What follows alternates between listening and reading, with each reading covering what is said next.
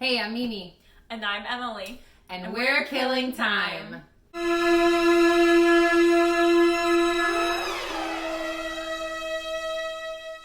It's a show about true friends Talking about all things true crime. Today's theme: A December to Dismember. Ooh. Hey. taking fingers. I don't know what I'm going to do with them. Well, what did your guy do with them? Oh. Let's see. You got to wait and see. Look at that little segue I just did right there. She did. She let us in there. First, I'd I'd like to say thank you for all your likes and shares and subscribes and your love. And thank you to my beautiful co-host for understanding that I was going through some family stuff and letting me take a break.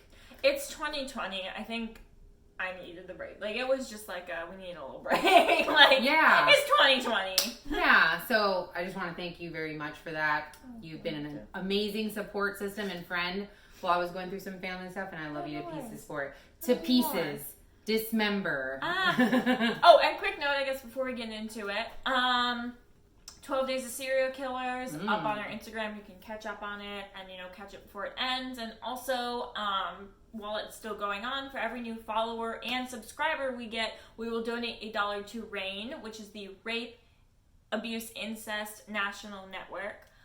They could really use our donations, so please, if you're not into true crime and you clicked this by accident, I don't know, just subscribe or follow us. Yeah, just subscribe or follow us. You follow worse. Because then we'll donate. So I follow a dog that eats burritos on his own. You can't do this for charity. It's so cute. He eats watermelons too. That can't be good for him. He holds it and he eats a little watermelon. He's like, it's awesome. How does he hold it? No opposable thumbs. I know. He's amazing. I'll show you. I'll put a link in the comments. Wow. Amazing. Okay, anyway, so thank you so much. Please do that. Check us out at Killing Time Show on Instagram. We love Mimi. She's great. 2020 sucks. Yeah, that's about it. Dismembering Mimi. What do you have? What do you got for us? You go first. All right. So I have the story of Issei Sagawah. I hate this guy. Also known as the Kobe Cannibal. So the reason they call him the Kobe Cannibal is not because they're racist. It's because he was born in Kobe, Japan. So, fun fact. Fun fact, no one's racist for calling him that. Anyway, he was actually born in 1949, and he's a Taurus. I don't know if that means anything. But... Okay, so our 12 Days of Serial Killer, that as of the day we're filming it, I posted today's 12 Days of Serial Killer, and it was... what the most likely star signs are to be serial killers. Yeah. Check it out. Yeah. I think Taurus was in the top 5, I believe. Taurus, new studies might have shown that Taurus is number 1. I don't know. Check it out, guys. Issei, what are you doing? So Issei was born in 1949, and he was born a premature baby. They say that he fit into the palm of his mother's hand when he was born. Just a little... that better be some... That sounds fake. That can't... I'm telling you. I'm not doubting you. I'm doubting the source. No, I have seen preemie babies born that little small? and survive. Yes, yeah. Fully... Oh my gosh. Yeah. Oh my gosh. So he was born premature and he had some health problems. So his parents were very wealthy. They were very well-to-do. His dad was president of a big marketing firm, I believe. I was going to say, preemie babies that are that small, they usually pass away if they can't be right, especially, surveilled. in the 40s, Yeah. The medical technology wasn't what it was today, but he made it, and his family sort of coddled him because he was, he almost died as a baby, being premature, and then he had all these health issues. He overcame his health issues, but he was still considered very frail and very small for his size. So he remembers that his first fantasy of cannibalism happened in first grade. Yeah. So in first grade, he saw who was in the classroom known as the handsome boy of the class. He was wearing shorter shorts because it's the 40s. And he noticed his thigh and he just thought to himself, that looks delicious. Oh my gosh! Yeah. Check your kids, guys. And I just want you to Check know, your kids. I'm not a cannibal, but I look at some thighs sometimes and think that's delicious too. Yeah, but like in a different way. Yeah, in a different way. Not in like Not in a Sagawah like, Kobe cannibal way. Roast it with some like yum yum sauce. Mm-hmm. Yeah, not good. In a way. But he, Alright, so I need more drinks. at this time, he had these fantasies, and then oddly enough, his uncle, so he has a brother, and so him and his brother were kind of treated like twins because it was his younger brother, but he was so petite and short that they were about the same. And his brother, they had a very nice childhood. Like, his parents were very supportive of him. They were very loving. Supportive of his cannibalistic tendencies. Not supportive of kidding. that. But supportive of him being a special boy. He's a good boy. Yeah. And his uncle would come over and hang out with them, and like they would make like home movies where like they would get in costume and like perform and stuff. Cute, except his uncle would always play a scary giant who ate children. But just play. Like, he wasn't like, he had no cannibalistic past or anything like that, but it was just a funny coincidence. So he was like that, like, I'm gonna eat you, my little nieces and nephews. Yeah. okay. In movies. Okay. But yeah, it's an odd coincidence. Right. Considering all things considered. I've said that to my baby cousin. I've been like, oh, your feet are so cute, I'm gonna eat them. But not like, Yeah. literally. No, and that's a common thing, yeah. So Right. I don't think it's weird that his uncle did that. It's just a funky coincidence. Yeah, that's weird. Yeah.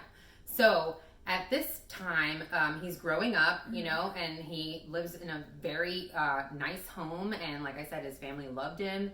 And he is very introverted, and he's also much shorter and frail compared to the other kids. As they're going through growth spurts, he isn't. And so he kind of like, you know, starts to kind of become more introverted, and he gets into literature. And he starts studying literature. And do not give the literature nerds a bad name with this. She's taking it personally. Miss English degree. I was She's a literally nerd. She's a literature nerd. I was the editor of the poetry club in high school. I didn't have friends. I would eat lunch Weird in there. flex, Emily. I was editor of the poetry club, bitch. I had no friends. What's up? Yeah, she's like, I didn't eat people. No excuse, dog. I think I'm really just saying that now because the amount of people who like made fun of me in high school or overlooked me, who have slid in my Insta DMs recently, is like, oh yeah, yeah. This can all be good. I get a lot of DMs from people that I didn't even know I knew in high school, and I was not popular because my mom really didn't let me have much of a social life. Right. But I get a lot of DMs talking about how I was their long lost crush, and I think they're lying. I think they're just saying it now because they just realized that the ugly duckling turned into a swan. I have a confession, Mimi. You are my long lost crush. Thank you. I feel the same way. Okay, I was like, is she gonna say it back? Okay. I was getting choked up. I was like, thank you. I feel the same way. This is a horrible story. Continue. So, switching gears now that we were like all being sweet to each other. Well, at this time that he's growing up and he's living well, Issei, you know, his family, as many in Asian cultures, you know, when it comes to sexuality and different things like that, it's not really discussed. In fact, he claims he never even heard his parents say the word sex ever. Which I don't find surprising in Asian culture. I feel like they're a lot more of a reserved type of especially when it comes to conversation that is inappropriate for kids, you know. But so he didn't have any concept of sexuality at the time. Now, that one time that he noticed the boy in first grade, that was the only time that he ever had any like desire for a boy. He considered himself a straight man. That's a little different though. Yeah, he wasn't looking at him like, damn, he's fine. He's looking at him like, damn, I want to fry that up and eat it. Right. It's a little different. Yeah. He's like, I'm not into him. I just, you know, want to take a bite of that butt. Literally. So at this time, he, you know, doesn't really know anything about sexuality. He's very awkward. He's very short. So at this age, he starts experimenting with bestiality with his dog. So we already kind of like went down a spiral already. sorry to drop the mood. I'm like, I don't know if I want to vomit Yeah. or like scream into a pillow. Yeah. Like, Yeah, it's bad. what is the reaction to this horrible news? Like, Let's just glaze over and move okay, on. okay, it happened. It's there. We hate it. Don't think about it. He did it, you. Don't think about it. I'm gonna take another sip of alcohol. Yeah, so he graduates with a degree in literature, and then he decides that he wants to take more schooling in Paris. He wants to go to like a prestigious college to get like what's equivalent of his master's degree in literature over there. And he gets in, and he's older. He's like 32 when he gets accepted into that college. Wow. Yeah. He graduated at 26, took a little time off. At the same time, no dating, wasn't really like seeing anybody. His height as an adult was 4'9".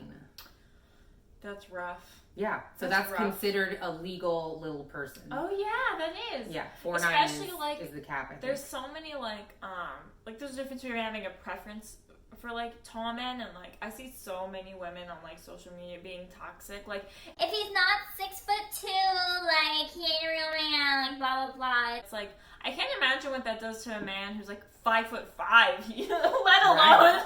like 4'9", yeah, he's a little man.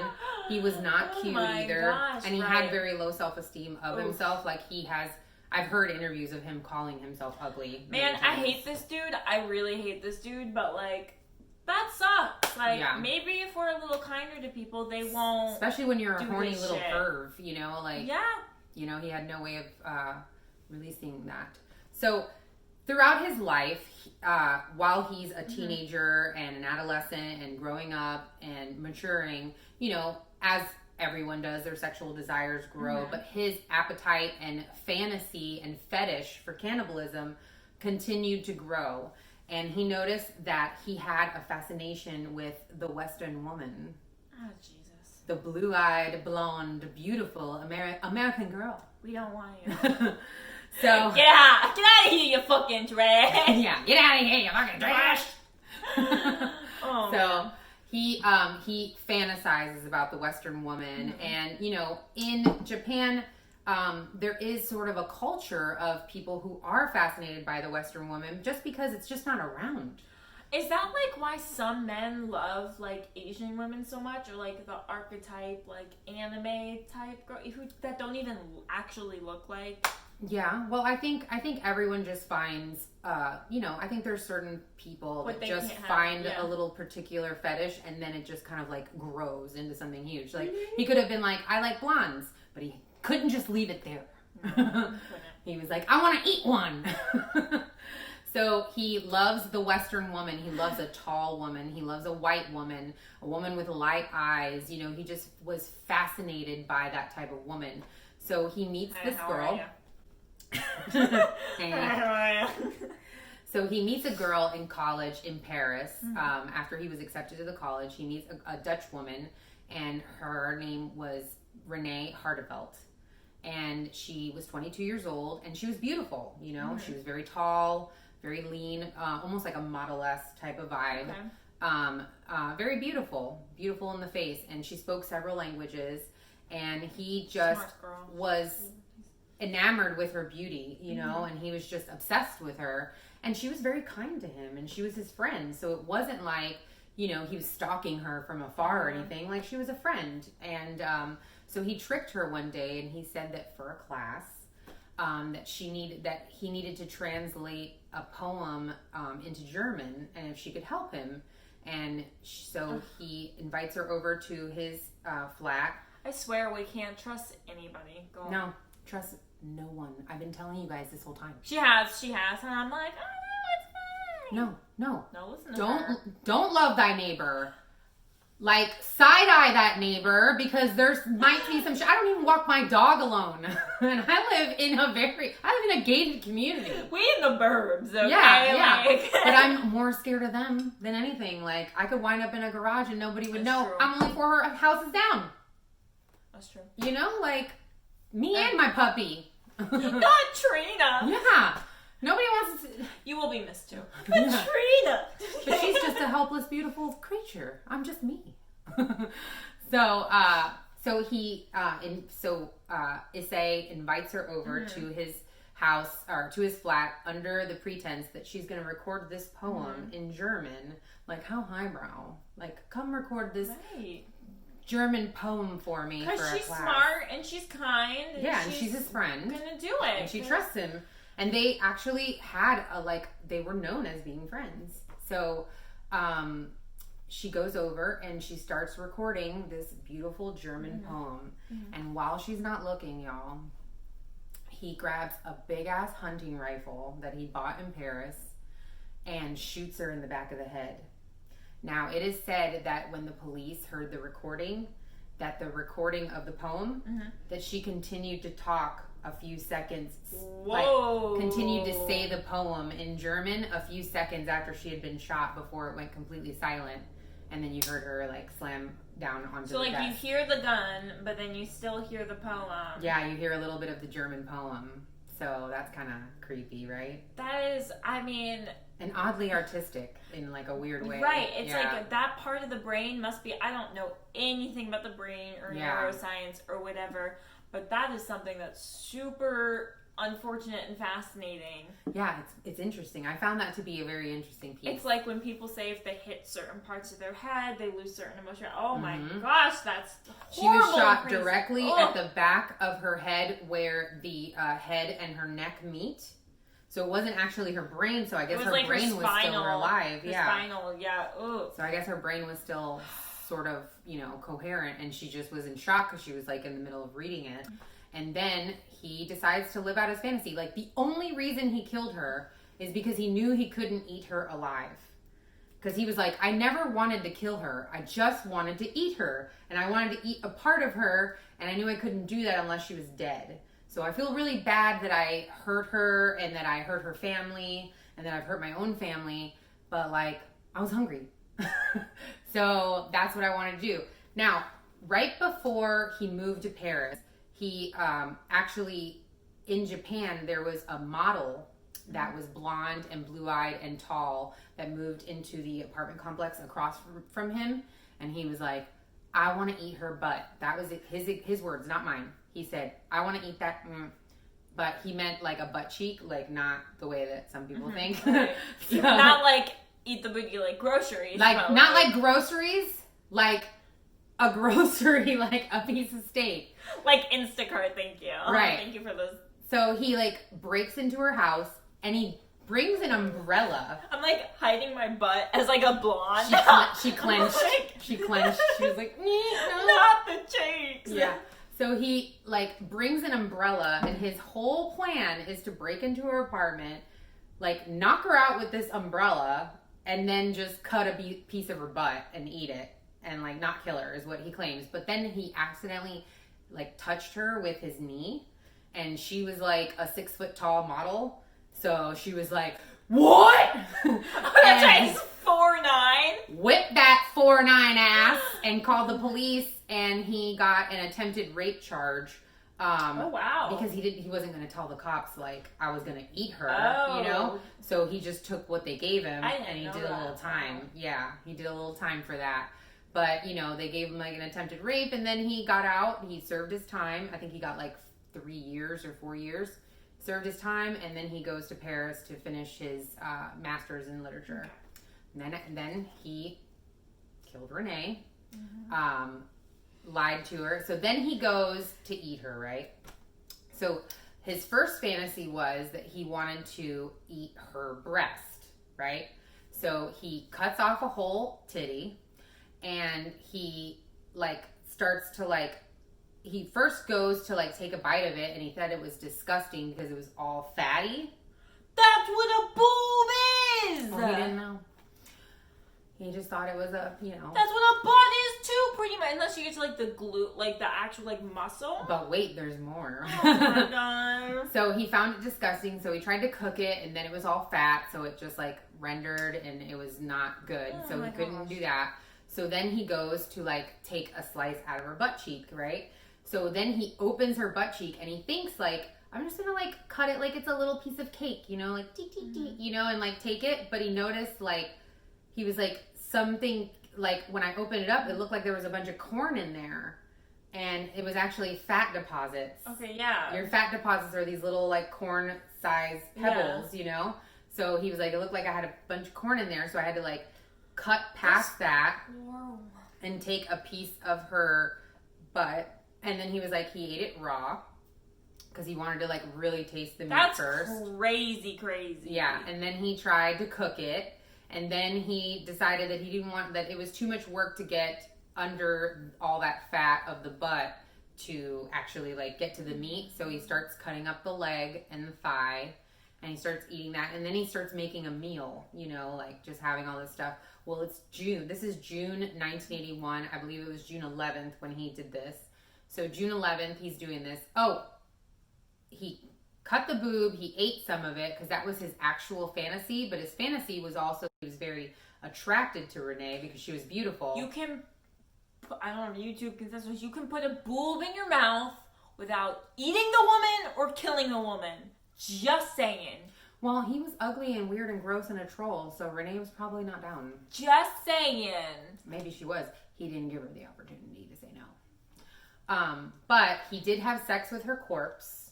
After he was cutting little pieces of her and eating her, she was there, and he found that his cannibalism was attached to his sexual desires. Weird. So he also was a necrophiliac. He also had sex with her corpse. He also masturbated over her corpse as well. Oh my god, her poor family, like... What a way to go, right, for her family. Oh they have never once spoken to press once I in this entire time. And this happened in 1981, so... Literally, I mean, yeah. So... That's what really makes me mad about, like, continue, but... So for 2 days, he's, like, banging this corpse, cutting it up in pieces, like, little pieces here and there, making it into a meal, you know, like having like sides, like making peas, and having like a little side of mustard and condiments and like toast, and like making basically like deli meat sandwiches out of this girl. And then he's like, it's very hot in June in Paris. So eventually like this corpse is going to rot and I'm going to get busted. So after 2 days of having his way with her, he decides to buy these like big giant traveler suitcases, and they're the biggest ones he can find. And he chops up her body and he puts it in these 2 suitcases, right? So then he hails a cab, and he asks the cab to take him to the park. And so he goes to the park, and he's just this tiny little 4'9" man struggling with the dead weight of like a 5'9", you know, 2 sacks of body parts. He's this frail, weak man, and he's like, and he's also Asian in Paris, and 4'9", so he has a very distinctive look. He also like, he dressed very like studious, you know, and like very like well-to-do because he had money. So he's this like very well-dressed little tiny man struggling with 2 suitcases at the park, which is strange to have suitcases at the park. So he is really tired from struggling with these suitcases, and he was trying to put it in one of the ponds. Yeah, it was like a lake, Yeah. So he's sitting by the pond, like just taking a break, watching the sunset, and he's just kind of sitting there, and some old guy sees the cases, and the cases are dripping in blood at the bottom, but they're not close to him. They're just like, he's at a park bench. He had left him a little bit away from him. And this old guy goes, are these your suitcases? And he's like, no, they're not mine. And he's like, in hindsight, I should have said they were, because then he wouldn't have opened them. But I didn't, like, he was like, my instinct was to be like, nope, those aren't mine, you know? So the guy... Because they're clearly dripping in blood. Right. So then he opens them, and the guy starts yelling, there's been a murder. And he just like, he says, I tried to like walk without urgency, but like I just like walked away as soon as I saw him opening them. And some people were saying that he was yelling murderer to the guy, to Issei. Right. Because he was the closest to the suitcases. He wasn't wrong. Right. He wasn't wrong. Good instinct. So then that man's a hero. The man calls the police, and he says that the only person who was around these suitcases was a very tiny man who was Asian, very well dressed. You can't be a murderer if you're very easily identifiable. Yeah. Wear a funny mustache. whiplash, bro. Like, do something. Like, you didn't do shit. And then you ended up looking like a sideshow, like carrying 2 suitcases in the park. Yeah, like, oh my god, that's horrible. Crazy clown show. Like, you didn't plan this. So he says the only person I saw near them was this very short Asian man that said who they weren't his. And then other witnesses said that they had seen a very short, well-dressed Asian guy with 2 suitcases struggling with them throughout the park. So they put 2 and 2 together, and then there was a humongous manhunt. And then they put that they were looking for a well-dressed Asian man who's very short in stature that they're looking for in Paris. And guess who called the cops? Was it him? The cab driver. Oh, nice. Nice. It sticks in my mind because I expected him to ask when I put the suitcases in the trunk, I said, wow, these are heavy. What's there, a dead body in here? And he was like, no, definitely not that. Not at all. Woo. And he said, well, I expected him to say to take me to the train station or take me to the airport, but he said, take me to the park. Yeah, that. So I found that really strange. And so you're looking for a short statue man who went to that park. I know where he lives. I'll take you to his house. So they take him to the house, and it was only 2 days. So he had the body and had sex with it and ate it for about 2 days. So June 13th.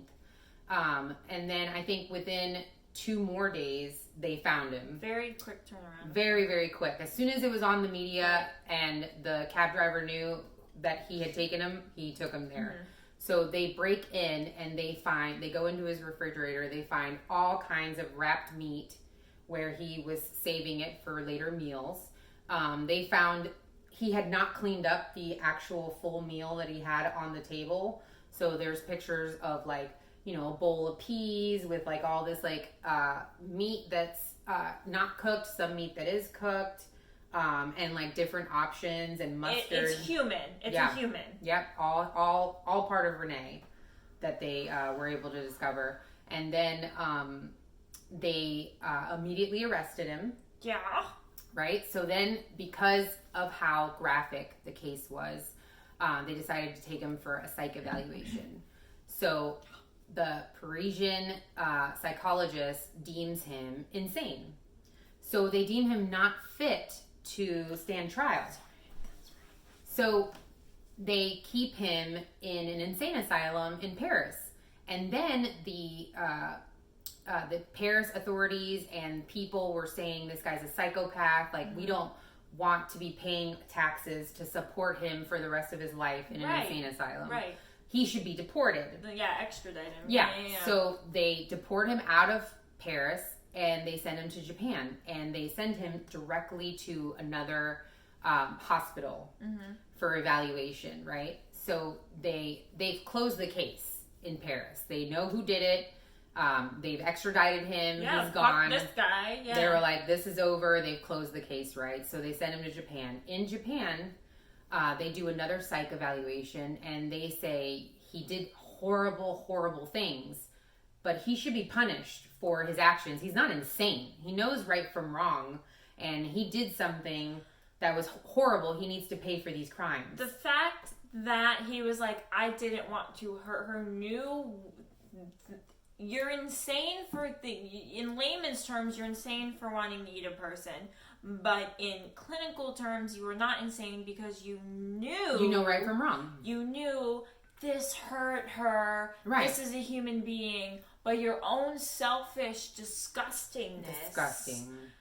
Was like, whatever, I have to do this. So you're crazy, but you're not insane. Right, exactly. Yeah. Yeah, you know right from wrong. You just did a horrible thing. You're just a bad person. You're a horrible person. But you knew that it was wrong when you did it, and you should be punished. So Japan reaches out to Paris and says, hey, we have said he is not insane. He does not belong in a hospital. He belongs in a prison for his crimes. Please give us all of the evidence that you have because we want to have a trial for him. Well, Paris at the time, I don't know if the law has changed, but I'm sure it has. Paris at the time, when they close cases, they close them for good and they are not allowed to be opened again. Yeah. So they gave Japan nothing. No evidence, no photos, no witness testimonies, nothing. So they had nothing to try him in. So he had a trial and there was no evidence, nothing to say what he did. They had nothing to prove that it was him because Parisian authorities wouldn't give them the information. So he wasn't tried and he didn't have to go to jail. So at this point, he's just living in the hospital and he checks himself out after a couple weeks. And he just goes on to live his life. This Wouldn't give the case evidence. makes Yeah. me so mad. So Anyways. he didn't even get a slap on the wrist. He checked himself out of the hospital and he was able to go live his life. Well, in many Asian cultures and in Japan, it's no different. Honor is something that's huge amongst families. So it did hurt his family in his brother anytime that he dated somebody and they found out what his brother had done. They were not allowed to date anymore. So he was never able to get married. He also got a lot of stress-induced illnesses. The brother? His brother. Okay, Yeah. No, he was great. His dad was fired from his high-power job, and his mother tried to commit suicide and failed. So then his family basically like turned their back on him. His dad loved him and tried to like have a little bit of a relationship with him because he wasn't able to like get a job right away. Right. So he like, but he's an asshole because then he starts stealing from his dad and to like anytime he like gets introduced to like a Western woman, he like takes her on vacation and like all this stuff. And they're saying like they couldn't find any of the women that he had gone on trips with, but he was just taking all the interviews said that they were taking his word for them that they were all safe. I didn't know that. Yeah. Holy, are there like missing like Western women? Well, there's a lot of the women, which was weird. Like he was with a lot of Dutch women after Renee also, which was kind of weird. Like reliving your fantasy. Almost. So that's textbook. He claims till this day, he's still alive, he's 71 years old, that he has not been cured. Japan never requested that he gets routine psych evaluations. They never demanded anything from him. So he was just completely set free without any problem. He decided to write a book because, you know, he was a literature major. He wrote a book called The Fog, and it was detailing everything in his crime and admitting to all of it. And it was a bestseller in Japan. It completely sold out to the point where he decided, well, maybe I should write other books about this. He wrote 19 other books, so 20 books total on his crime and on his fetish for cannibalism and basically owning up to the fact that he is not cured. Then he became a porn star in Japan, and I saw this horrible, this porn director who refused to tell the porn actress who she was sleeping with, and she didn't know who he was. And then afterwards filmed him telling her everything that he had done. And so she was like, I cannot believe that he is becoming famous from this. And she looked very terrified and scared. But then he claims that later on she became one of his friends. Weird. Yeah. So the thing about the analogy I like to use of why this case pissed me off so much, because people are like, oh, this guy sucks. Everyone's like, but you talk about murderers all the time, right? I'm like, no, we talk about how much we hate murderers, right? Like, for example... murderers suck. For example, if we're obsessed, let's say we're obsessed with the O.J. Simpson case and how horrible it is. Mm-hmm. You don't see us buying... Did you know O.J. wrote a book called If I Did It? You don't see us reading that book. No. Japan has, he is like a celebrity there, which right. Because there is this woman who had died and then her corpse was so disrespected. Horribly. It makes me so mad. Now he was just frivolous with money, spending it wherever he could. He became a porn actor and they were like, he's like, a lot of people would be pretty disappointed that I made that choice. And he just laughed. He was like, I couldn't help myself. I mean, if they're going to have sex with me, like, I'm going to do it. And I was just like, ugh. And then the weirdest part is he became a local food critic. So he was like judging people's meats and food and all kinds of different things as like an expert on eating because he was this famous cannibal. So he has been living under a different name, but like I said, they don't require him to check in with anybody. The authorities have never gone back to see if he's ever committed another crime. He never has to go see a psych evaluation. I saw an interview that he did 10 years ago where at the request of the documentary, they took him for a psych evaluation, and he had claimed to the therapist that he still has his urges and still looks at women in that way, that he still wants to eat them, and that he associates it with his sexual desire. So the one thing that was able to like calm down his cannibalistic urges was to masturbate, but he had recently become impotent. And so now he felt like he was really struggling with his cannibalism because that was the one thing that would stop him from having that desire. So if I see an old wrinkly ass, 4'9", 4'9" Japanese man anywhere near me, yeah, the Western woman. Well, there is one silver lining. Goodbye. He had his, no pun intended, his fill on Western women. And in the last like 10 years, he has become obsessed with Japanese women. He feels like they're the most beautiful women in the world. And it's so crazy because if you look at him, he's an older man. These interviews that he did were all like after he had been 50, right? You know, like in his 50s. Yeah. He keeps his room with like posters of women everywhere, like he's a teenage boy, and he just like, and he, you know, was very adamant about like, I lay here and I masturbate like with all these women watching me. Weird. And he keeps stuffed animals because he loves animals. You love animals, but you want to eat meat. You know what I mean? Like, it's just very, very strange. But he's alive and he's well and he's living his life in Japan. Yeah, unfortunately. And he's just as gross and as crusty and shitty as they come. So I'm going to celebrate the day that he dies. Yeah. That sounds really bad. No, but I'm going to be very happy. That's literally the only justice that Renee would have gotten. Because I believe in God. And Yeah. I believe there's a hell. And I believe that guy. I mean, I'm not one to judge. But I don't eat people. He hasn't been judged by anyone. And that's the thing. So... He had no repercussions for his I actions. have a strong feeling you're going to have eternal suffering, buddy. Yeah. Yeah, he should celebrate when he dies because that would be the only justice that Renee has gotten, is that somebody actually cared when he's finally gone.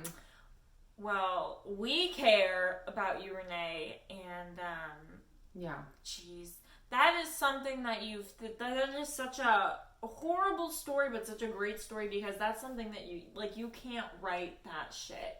No, and if you see him, he's so like, his hands are like so little.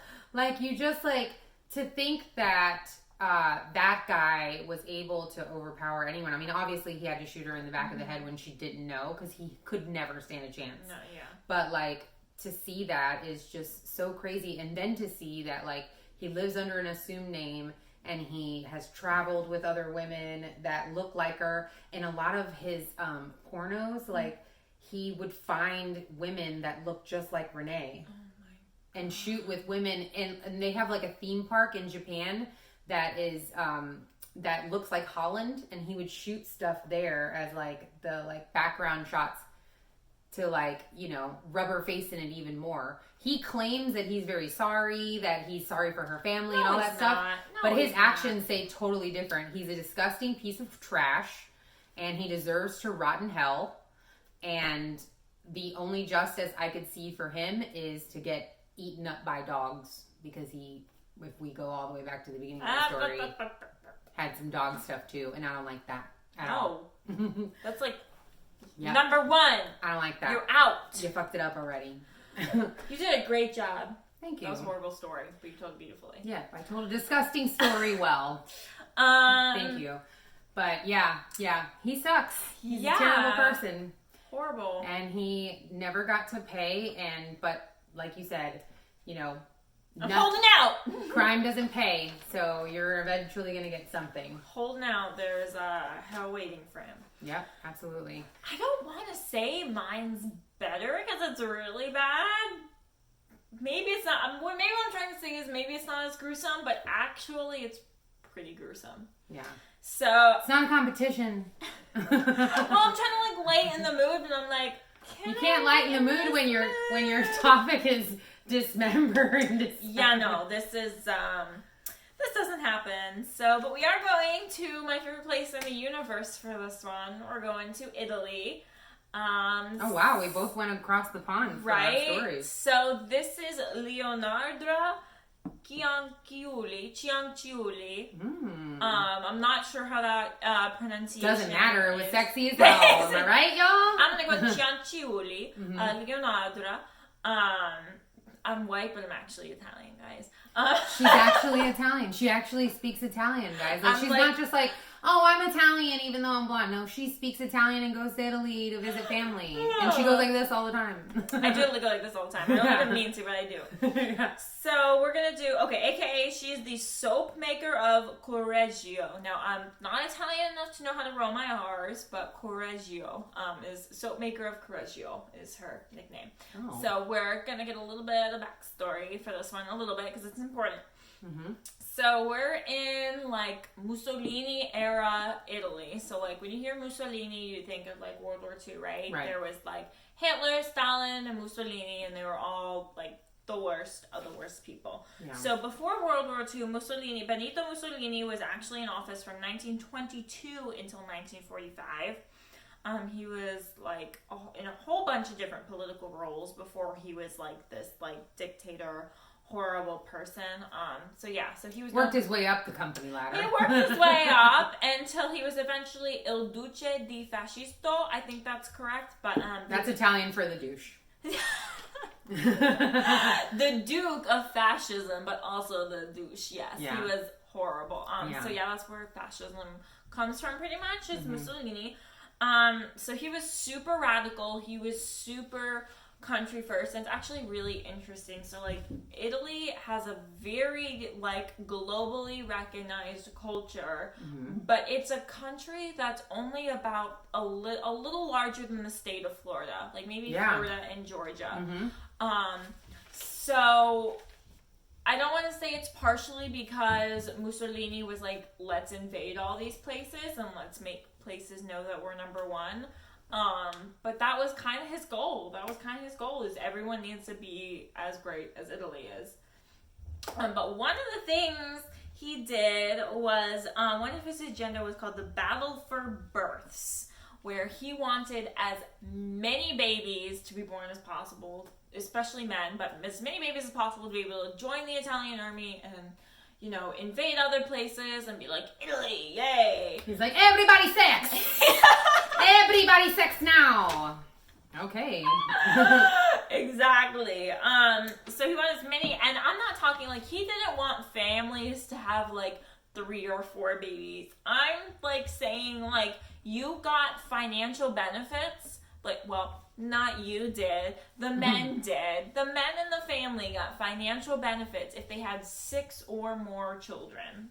Yeah. So like my grandfather came to America from Italy, kind of Mussolini era. That's kind of when his family escaped. And I know him and I know his 3 brothers, my 3 uncles. It wasn't until high school that I learned that he was one of 13 siblings. Wow. 13 that either died on the boat over or in Italy during this time because it was so bad. But the pressure was on women to have all of these babies. I'm so sorry, y'all. Yeah, so that's a lot. This is a lot, but this is really important to the story. So now we're getting into the story that Mussolini was pro-baby and pro-war. Okay. Yeah. So we're going to Leonarda Cianciulli. She was born in a small town in southern Italy. She had a very difficult life in her youth. She attempted suicide multiple times. No one really knows why 100%. She was just that type of person, you know, especially in the 40s, in the 30s and 40s, you know, a woman attempting suicide, it's like, what are you doing?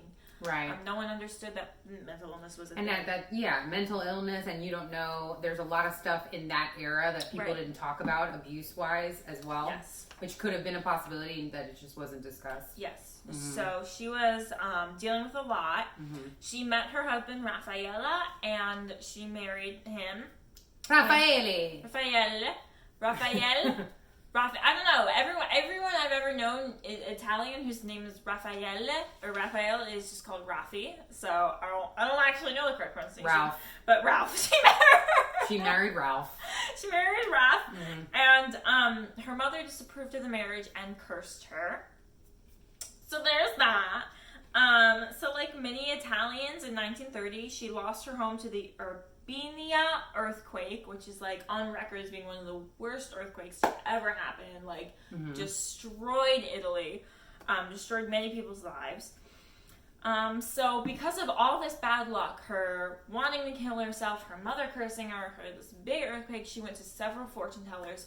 One fortune teller told her that she'd have many children end up dead. Another fortune teller told her that her future was in an insane asylum. Sounds like they were spot on to me.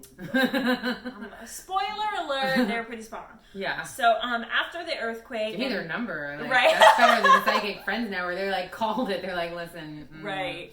It's not gonna go good for you. Amazing. So after the earthquake, her and her husband moved to Corregio, where Leonarda opened a soap shop. Because that's pretty much you're a mom or you like make soap and sew. That was your options in Italy pretty much at that point. So Leonarda got pregnant 17 times. Mussolini, women are more than just baby makers. She got pregnant 17 times, 3 miscarried, and 10 died as young children. Whoa. So that was actually really common because Italy was like really bad at this time. You know, Mussolini was like, let's show everyone how great Italy is. Meanwhile, everyone in Italy is like, we're dying. Yeah. We're great. Yeah. We have no money. Like, I literally, in Italy, my grandfather took me back to where he was born, and he was like, look at this patch of dirt in this cement. It's not even a building, but like, look at this building, look at this patch of dirt. This is where I was born. Like, it scrolled through my Instagram. It's on there somewhere. I was like, whoa, that's like the weirdest thing ever. Yeah. Like, you were born on dirt. Right there? And that's dirt? That's your dirt, Grandma? Probably not that exact dirt, that's but like, this area, like, Italy was bad. So 3 miscarriages, 10 dead children. Oh no. She ended up with eventually 4 grown children. Because of her hard life and because of the pressures on women at this time, she was like, oh, women are just supposed to only be mothers. Well, I'm gonna be the best one there is. And she was a little crazy with it. She went like above and beyond. Like, her identity was like super mom kind of during this time. Right, just compensating. Right, so her oldest son Giuseppe was her favorite son. And so it's so interesting. In all the articles, it's like, yeah, in 1939 he decided to join the military because they knew that World War II was coming. And the funny thing is like, men in Italy didn't have a choice at that point. Like, you had to join the army. So I just thought it was funny how they were always like, he told his mother he decided to join the war efforts. It was like, Meanwhile, they're outside waiting for him at the car. They're like, excuse me, sir. Yeah. They're like, this or prison, your choice. You have a choice. We'll either kill you or you can come with us. I mean, you do have a choice. Right. And he was like, you know what? I made my choice. I decided to join the war efforts. But because I decided. I'm going. So Leonarda was like, this is my oldest son. This is my favorite son. So she kind of freaked out and she was like, you know what? Do you know how I keep him safe when he's in the military? Human sacrifice. That's the only reasonable explanation. That's my go-to. Is human sacrifice. Every time I'm like, can we get somebody to volunteer? No one ever wants to volunteer. That's why 2020 is here. Literally. Come on. So Get in that volcano, people. she's like, you know what?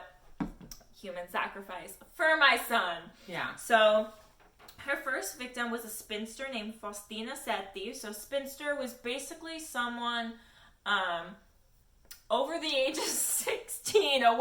Basically a woman who is past her, who should have been married and a mom by that point. Yeah. Which is ridiculous. Because remember, that's all women were in these days. They made the babies and they married the men. So she was a spinster named Faustina Setti. And Leonarda, who owned her soap shop, went to Faustina and was like, oh my God, you're a spinster. I know a man in a village a little while away who you'd be perfect for. Let me send you here. Faustina is like, oh, Dios mío. Bye-bye, cats. Right. No more time for you. I've got plans. I've got date night. She like, this is the best thing ever because, the Salt Society season, yes. Yeah. But so Leonarda told Faustina to pre-write letters to her family detailing her train ride over, the man she met, everything. Like, pre-write these letters detailing your journey to this other village and give them to me, and once the time passes, I will send them to your family. Oh. So she does this. Magical trickery there. Really magical. And she even told Faustina, do not tell anyone that I am doing this for you. Don't tell people that you're, coming to my soap shop a lot. Like, just don't let people know that you're going to this place. The letters will do that for you. Yeah, and Fontina was like, I'm not messing up my dick appointment, so... Right! She's like, oh, I get to be your wife. Guess who got a dick Everything. appointment? This girl. No one said I could, but here I am. Soap lady got me. Right? So, right before her journey, she went to, drop off the pre-written letters to Faustina went to drop off pre-written letters to Leonarda, and they were going to do, a little goodbye thing. And then Leonarda drugged the wine. Because, that stereotype is very true. It's just wine everywhere. So they're having a glass of wine, and Leonarda drugged it, and then murdered her with an axe. She was lying, Fontina. So, yeah, she was lying. There was no dick appointment. There was no one. She chopped up her body with an axe, then proceeded to cut the body into 9 separate pieces and put all of the blood into these, buckets, these, basins. So I'm going to read verbatim right now from Leonarda's statement of what she did next to Faustina. It's not great, but it's just so... the only way to do it is to, quote her. Yikes. I threw the pieces into a pot, added 7 kilos of caustic soda, which I had bought to make soap, because she was a soap maker, and stirred the mixture until the pieces dissolved into a thick, dark mush that I poured into several buckets and emptied into a septic tank. As for the blood, I waited until it had coagulated, dried it in the oven, ground it, and mixed it with flour, sugar, chocolate, milk, and eggs, as well as a bit of margarine. Kneaded all of it together. I made a lot of crunchy tea cakes and served them to the ladies who came to visit. My son and I also ate them. Ew. So, not only, she's human sacrifice, now I gotta eat her. Yeah. She's making stuff, and she's like, you know what? This smells delicious. Honestly. And then the ladies are like, oh my God, this tea cake, bellissimo. And she's like, well, let me check. Molto Okay. bene. Yeah. Oh my gosh, it's so bad. And then she's like, let me check. Oh shit, I didn't know I was such a great baker. Yeah, apparently. Tea cakes, yes. Ugh. Yes, I make a biscotti with it. Yikes. So her next victim was someone named Francesca Soavi. I totally butchered that, I'm sure. Who... Suave? Like Rico Suave? No. Soavi. Suave. Oh. Suave. Suave. Suave. Mm-hmm. So who Leonarda claims she found a job for as a teacher, again, in another town. So this was a woman during World War II who was also a spinster, needed to make money, and she's like, oh, I got you, in another town. So literally, it was the same thing. Pre-write your letters, I'll send them, tell no one of everything. Hey, right before you leave, come over, we'll have a glass of wine. I'll see you off. Drugged her, cut up her body, Yikes. made it into tea cakes, Same exact thing. Sent out the letters to the pre-written letters to the family so they wouldn't get suspicious. Verbatim, same thing. Wow. Craziness. So the third and final victim was Virginia Cacioppo. Did I really just do this? Virginia Cacioppo. Yeah, you did. Cacioppo. Cacioppo. So Virginia used to be an opera singer, and Leonarda was like, oh my gosh, I know this opera organizer in Florence who's looking for a secretary. What the a fucking world. soap lady. What a coinky ding! So Virginia totally was like, oh my gosh, this would be perfect. Pre-writ the letters, keep the trip a secret. Same thing, cut and dry, come over before you leave. And then she drugged the wine, murdered her. Except in this one, she didn't just make her into tea cakes, she made her into soap and sold it. What? Out of her fat? Yeah. Yeah, you can make soap out of fat. I knew that. Use this? I don't know how. I did know that. I did know that. Yeah, I know that people use fat to make soap sometimes. But she sold this poor woman, and she was like, you know what? And then she even went on record. She was like, the cakes tasted better, and the soap was so foamy. She was a good woman. Yeah, that means she had some cheeks. Yikes. Yikes. Yeah, she made that lather with the cheeks. I can't imagine. It's just so horrible. Can you imagine bathing in someone's body fat? No. That is crazy. I think she used some of the blood too.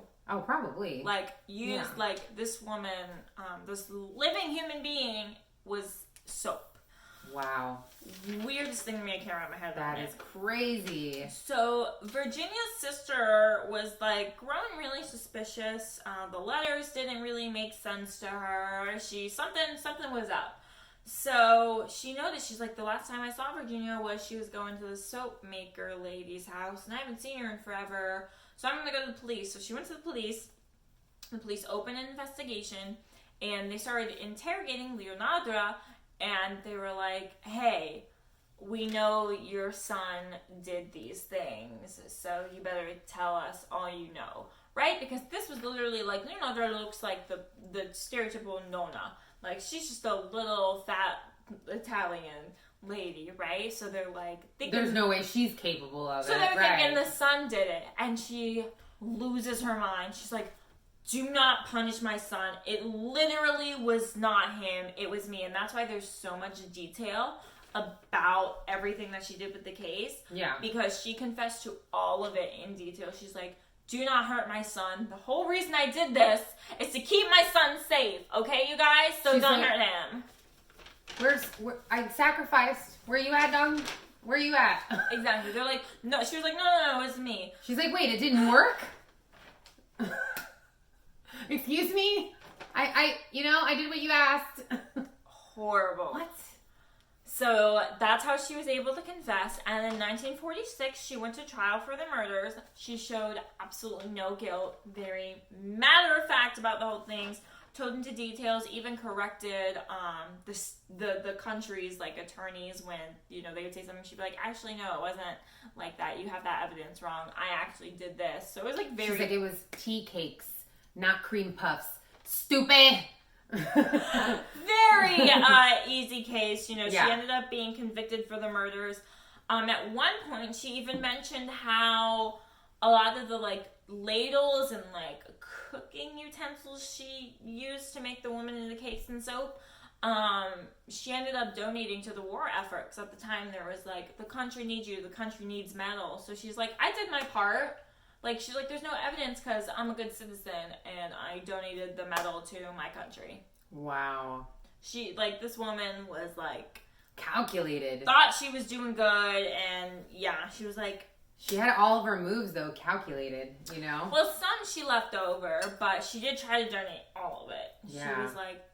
Interesting.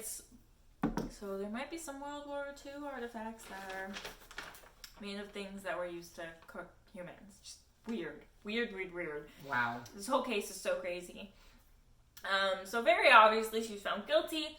Her sentence was 30 years in jail and then 3 years in an insane asylum. Only 24 years into her sentence, she died of brain bleeding. Which is like, okay, this woman's just got all kinds of issues, apparently. Yeah. The remaining artifacts, I think there's like a pot and then maybe a bowl that she used in the crimes. They're currently on display at like a criminology museum in Rome, so in the capital. So weird. Can you imagine what the patrons of the soap store who ate tea cakes must have thought after they heard that? You know what? I almost really want to know. She was found guilty in 1946. I really want to know how well known this case is. I like want to text my cousins and ask them, but don't want to pry. But so 1946 was the year that Italy stopped becoming a monarch. Mm-hmm. So like they got rid of their king, their queen, everything. Only in 1946, and they had this huge shift to a republic. So and they're like the World War just ended that they just lost. So I almost feel like this might have been swept under the rug a little bit. Yeah, there's a lot going on at the time. Yeah. But it's so vicious. I mean, maybe it's so vicious and so horrible, and the amount of digging I did to find this case was a lot. So I really do feel like this might be like a really under the radar type situation over there, but crazy. Yeah, if you're in Rome anytime soon, the criminology museum is open.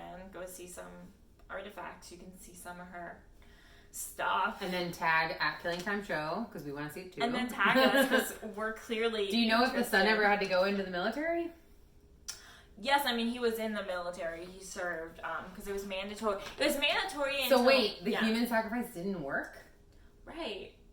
It didn't What? Because it was mandatory until the 70s that men had to join some form of army in Italy. So there wasn't anything she could do? She's just like, I'm gonna have to kill another bitch because they told him he has to go.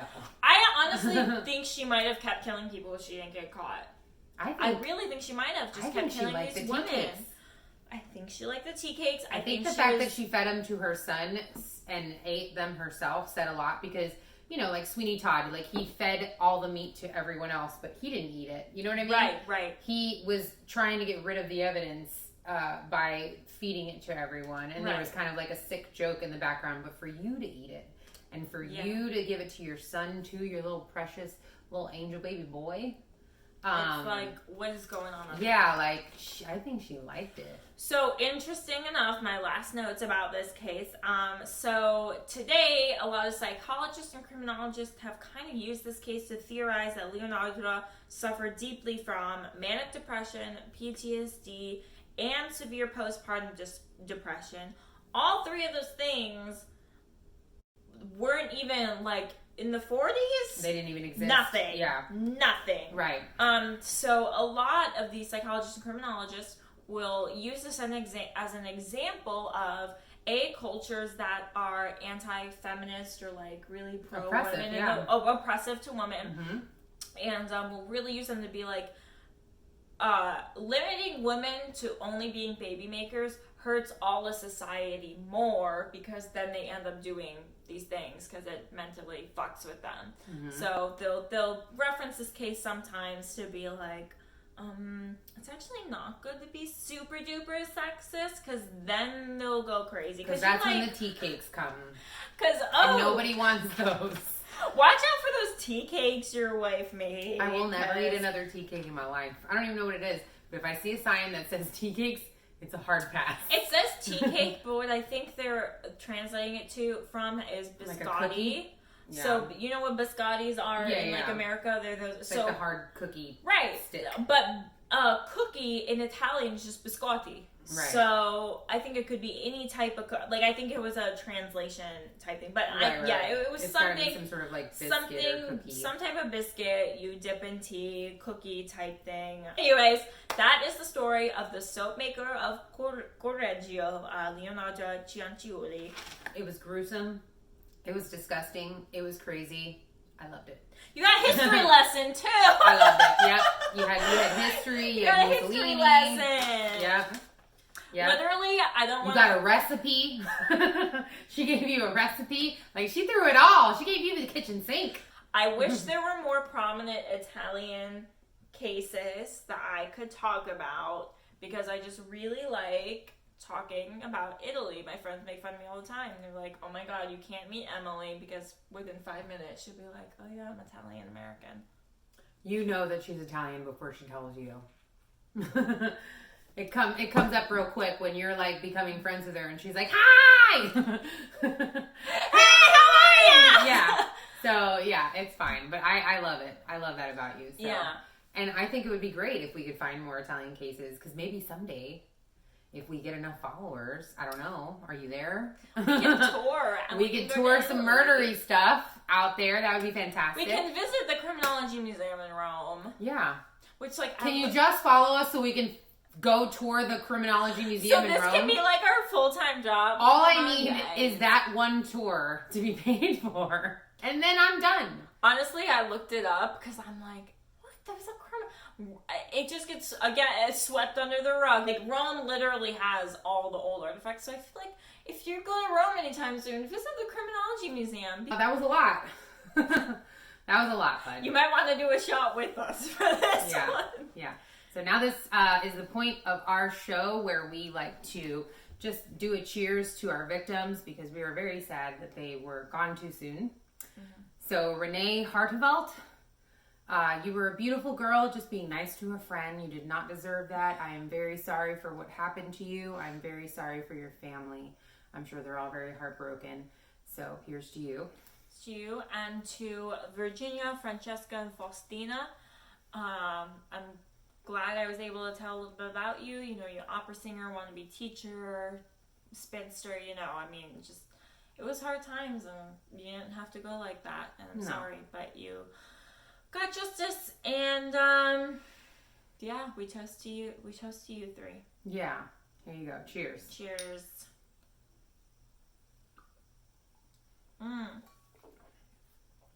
Cheers, Yeah. Renee. Cheers, Renee. That was a heavy one. We love you, Oh, we Renee. gotta drop more. There you go. Hey, drop more. I had to do all of it. There was 3 girls. She had to shoot for 3 girls there. So, yeah, it was a lot. Well, thank you guys so much for today. Thank you for being with us. Thank you for liking, sharing, and subscribing. It really helps our channel. Don't forget to follow us on Instagram at @KillingTimeShow. Yes, follow us. If you follow us within the 12 Days of Serial Killers, for each new follower and subscriber, we donate $1 to RAINN. I know I said that in the beginning. Saying it again because we really love to donate. You know, we really love it, and we really want to help victims of abuse, and we want to be a part of their lives. We don't want to just sit here and make a joke about comedy. We also want to know, we want you to know that we care. So We're telling the stories, talking about the victims, and now trying to take that a step further and actually donate to victim advocacy. So yeah, share so other people can subscribe and follow, please. And yeah. I'm Mimi. I'm Emily. Thanks for killing time with us. See you next time. Bye.